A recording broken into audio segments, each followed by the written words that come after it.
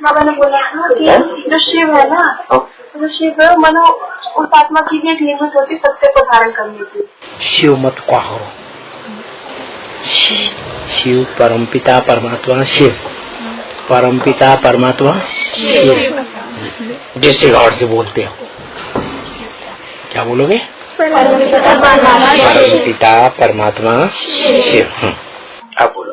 जो परमपिता परमात्मा शिव है, उस आत्मा की भी लिमिट होती सत्य को धारण करने की। हाँ, सत्य को सत्य 4 युग, सतयुग, त्रेता, द्वापर, कलयुग। सतयुग से पाठ चलना शुरू हुआ, द्वापर, कलयुग, कलयुग के अंत तक।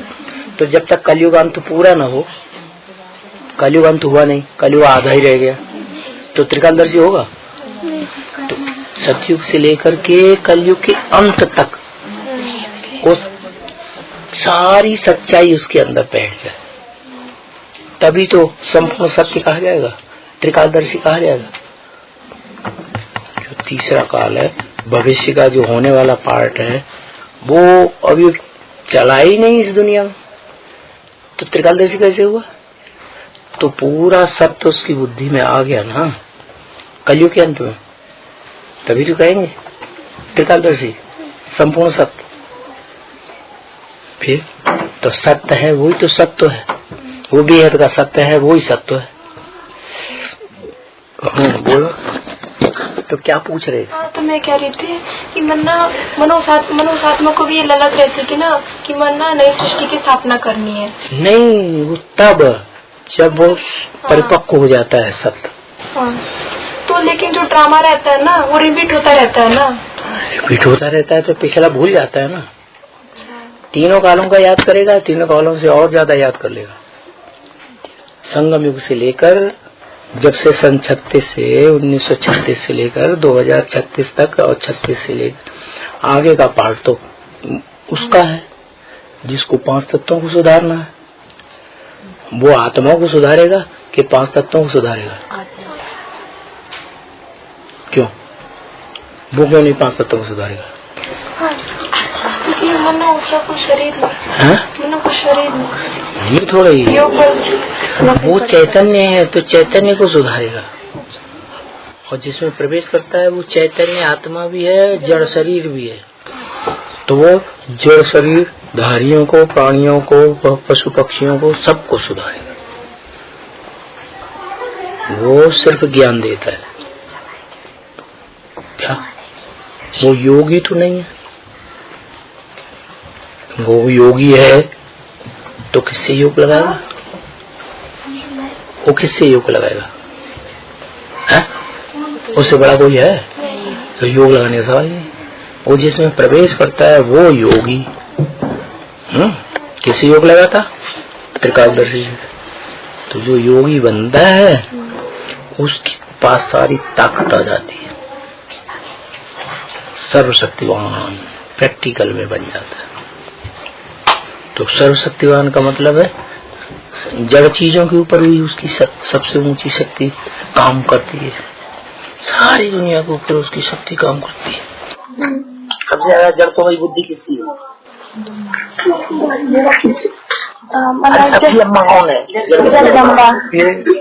पहले उसको सुधारना, उसको मनाना पड़ेगा, मान जाओ शादी अम्मा मान जाओ। तो बाबा बोले ना कि जब तक लास्ट धर्म की जो आत्मा है, नास्तिक से नास्तिक आत्मा, जब तक वो भी मुकाबला करेंगे तब तक भी जगदम्बा माँ बाप के विरुद्ध ही खड़ी रहेंगी। एटम बम फोड़वा देंगे हमारे बच्चे, हम उनको उकसाए देंगे। जब पता चलेगा बच्चों को राजाई नहीं मिलेगी तब वो कंपन आ जाता है। नहीं, दुनिया का विनाश सामने खड़ा हुआ दे देंगे। अरे अब तो सारी दुनिया खत्म हो गई, हम भी खत्म हो जाए, तब कंपन आ, तब जगदम्बा खत्म, थक जाएगी, सरेंडर कर दे, फिर सारी सरेंडर कर दे। ये कहना था कि जैसे कोर्स का क्लास, ये पूछ रही थी कि कोर्स का क्लास होता है ना बच्चों का, तो पहले तो बहुत अटेंशन देते थे, अभी जैसे कोर्स का क्लास शुरू होता है कोई समझते नहीं है, बच्चा बुद्धि है, इनकी अकल ही नहीं है, इनको बुद्धि में आया ही नहीं कि हम रुद्रमाला के मानते हैं।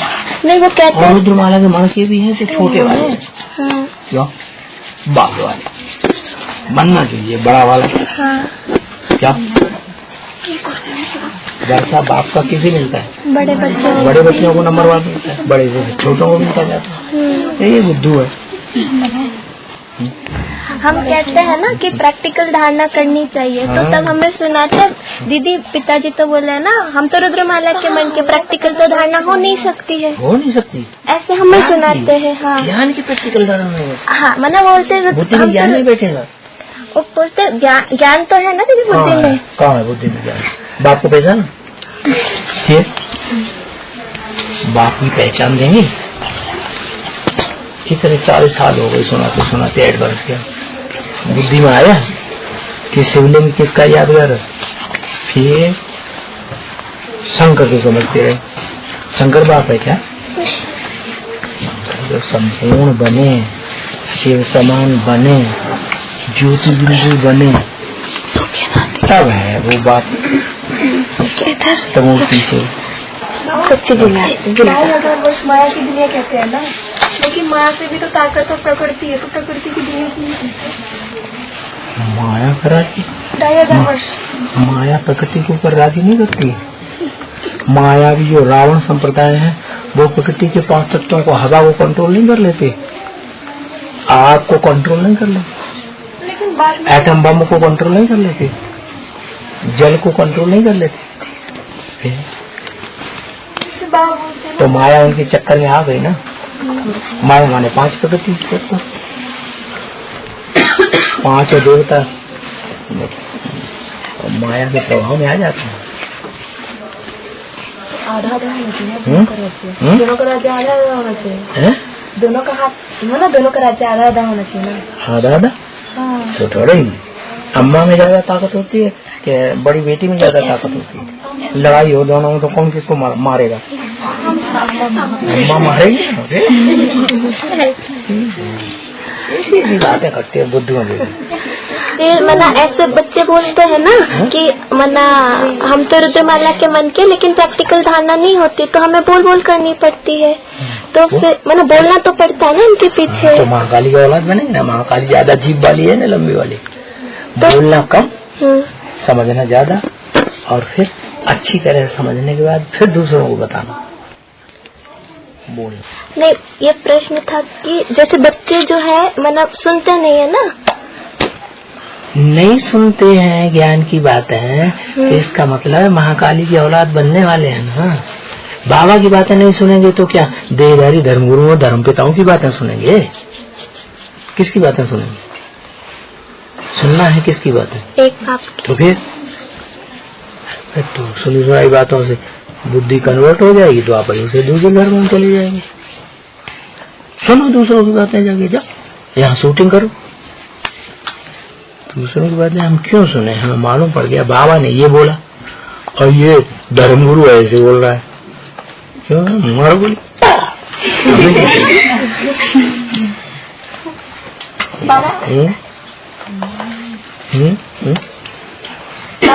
बाहर की दुनिया में ना हमें दिखाते हैं सारे लोगों का जो झगड़ा होता है बहुत होता है, तो उसको बहुत नहीं करता। जो बड़ी मम्मी और छोटी मम्मी का झगड़ा नहीं करेगा,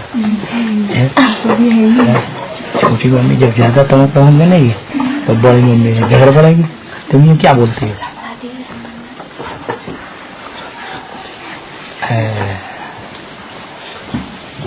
और जहाँ पड़ेगी तो फिर वहाँ छोड़ करके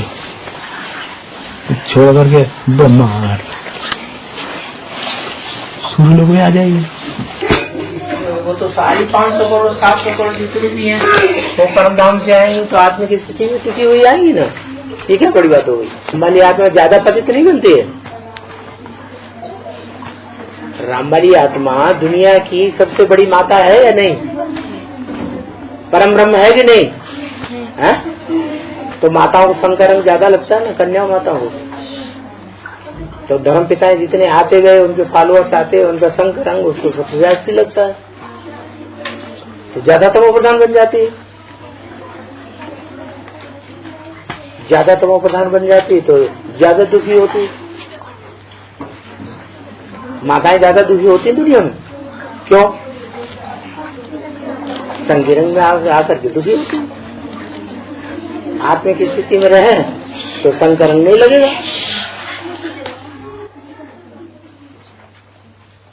बाबा जोर से बोलो।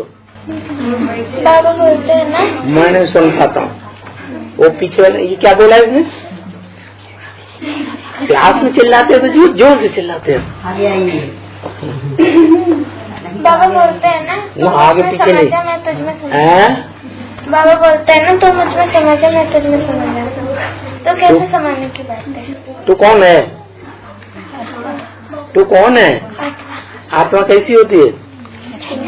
बिंदी होती है।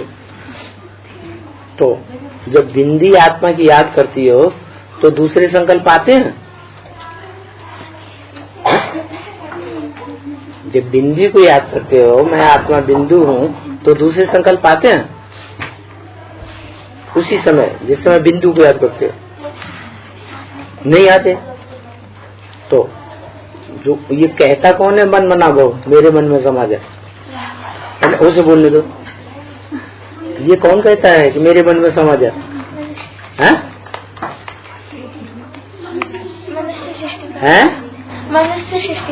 मनुष्य सृष्टि का बाप कहता है कि मेरे मन में समा जा। उसे पूछो तेरे मन में क्या है? अरे वो क्यों कहता है? वो तेरे मन में क्या है बताओ तो। लड्डू है, पेड़ा है, क्या है? ज्योति बिंदु। तो वो ज्योति बिंदु है और हम भी ज्योति बिंदु है, तो हम उस ज्योति बिंदु की याद में समा जाए। उसको भी कोई संकल्प नहीं और हम भी ज्योति बिंदु को कोई संकल्प नहीं। ऐसी स्टेज बन जाए तो बिंदु बिंदु के साथ मिलकर के एक हो गया। अगर अलग अलग है तो इनकी संकल्प अलग, इनकी अलग, इनकी अलग, इनकी अलग, इनकी अलग।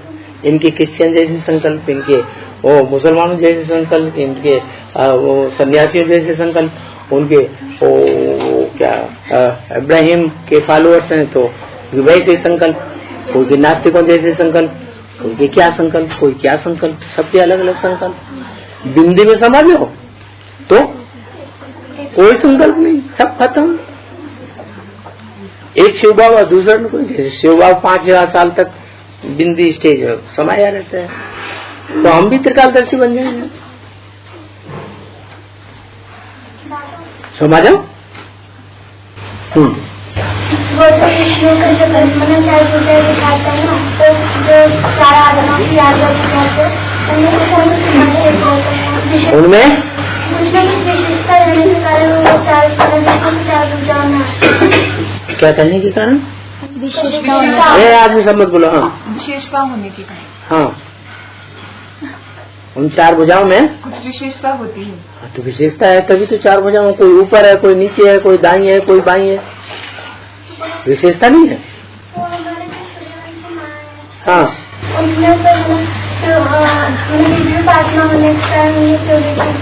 वो माँ है ना, सूर्यवंशी माताओं में सबसे बड़ी माता है ना, है स्त्री चूलाधारियों में सबसे बड़ी माता है ना। तो जो सबसे बड़ी माता होती है परिवार की, उसको कोई विशेषता होती है खास? है सवाई सहनशीलता की। तो जिन माताओं में सहनशीलता होती है वो कुछ और कुछ चाहती है परिवार से।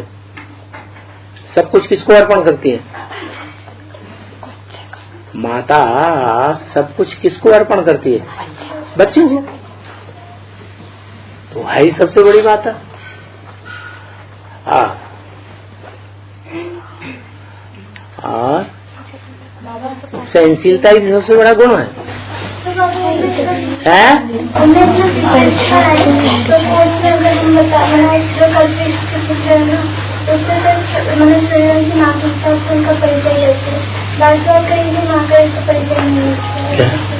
मतलब वो बोल रहे हैं अगर उनमें ऐसी विशेषता है तो कल्पवृक्ष के चित्र में सिर्फ हम सूर्यवंशी माँ के आधार पर उनकी परिचय देते हैं, बाकी कहीं पर उनका परिचय नहीं देते। बिल्डिंग बनाई जाती है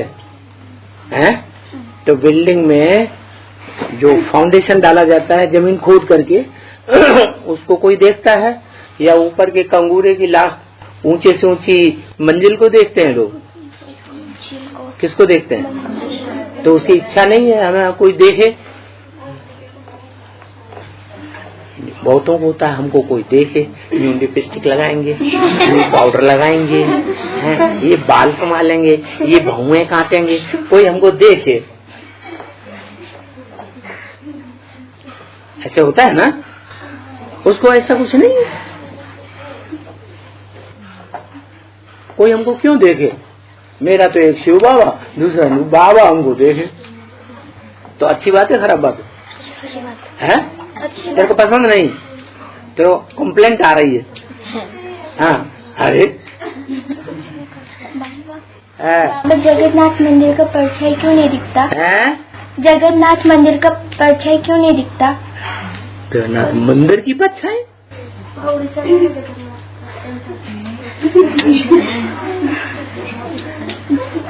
मंदिर की परछाई में भी आया? हाँ, उसका परछाई नहीं दिखता। ऐसे क्यों होता है? ऐसा कुछ नहीं है।